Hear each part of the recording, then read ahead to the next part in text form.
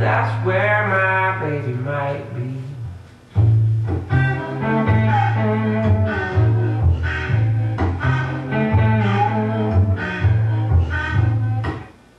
Alright, today we're cooking southern fried country steak. If you will notice, right here in front of me, I have some cube steak. A lot of people don't use cube steak to cook country steak. I use cube steak because I like cube steak. Cube steak is tender, it cooks quick, and it tastes good. What more do you want? But today I'm using pork cube steak because I like pork just as much as I like beef. And today it felt like pork, but you can use beef, you can use pork, you can use anything you want. Pretty much the same way we cook the chicken, only now we're using pork steak instead of chicken. You hear that? What I do is I put my hand in the water. I put a little bit of water, just sprinkle, a little bit of sprinkle water in the grease. So I hear my grease popping, I know my grease is getting hot. Whenever my grease stops popping, I'll know it's ready. A lot of people got confused on that in the last video about the fried chicken. This little sprinkle, all you will put one hand in water, sprinkle water to the grease, and then as soon as it stops crackling and popping, I'll know it's ready to put my cube steak in the grease. Alright, we'll start with some salt. We use a little salt straight onto the cube steak. We take pepper, we put pepper straight onto the cube steak. Like that, nice pepper it up.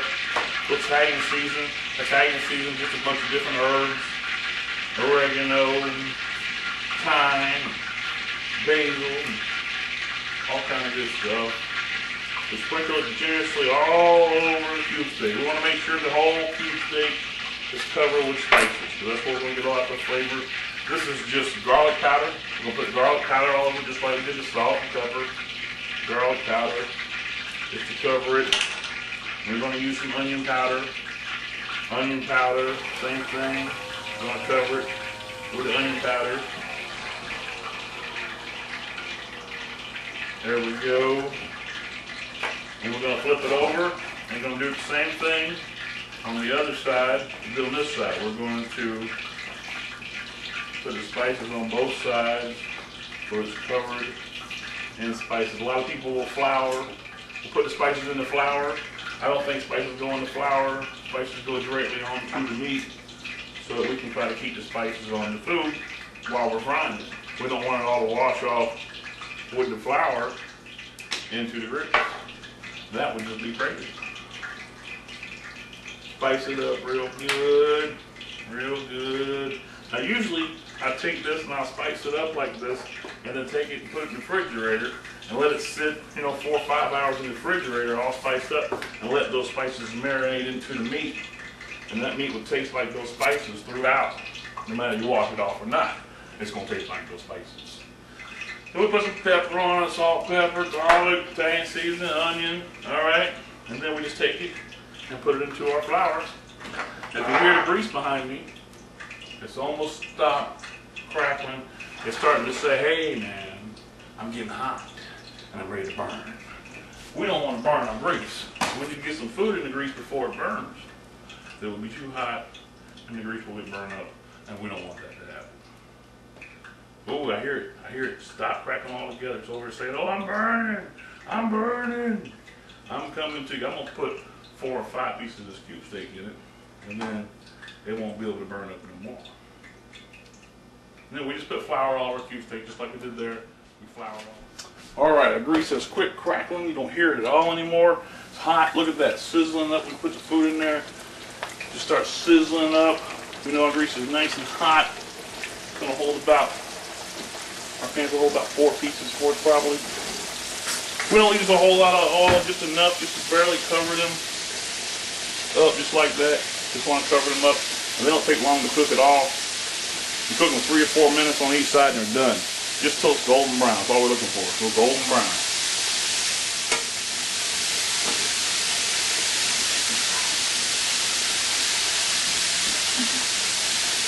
Alright, cook for a couple minutes.